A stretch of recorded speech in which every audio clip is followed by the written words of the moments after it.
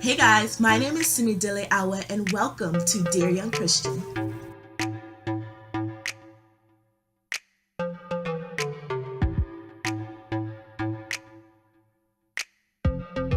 Over the years, I've been asked numerous times about the importance of going to church on Sundays and whether it's as big as a deal as a lot of Christians make it.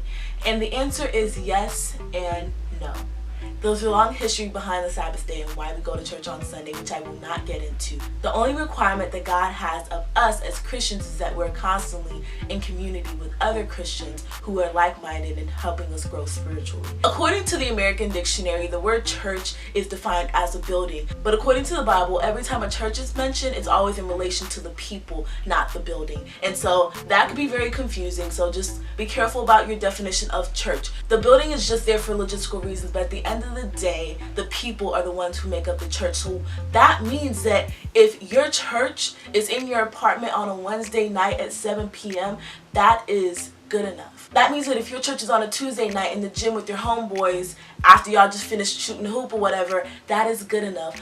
God makes it clear that we need to be in community in other Christians in order to further our walk with Jesus Christ. We cannot do this Christian thing alone. We will fall. We are too weak. We're too easily tempted. We need people who are going to hold us accountable. We need people who are going to listen to us when we tell them about our shortcomings. We need people who want to pray for us and hold our hands when we get weak and we start to fall.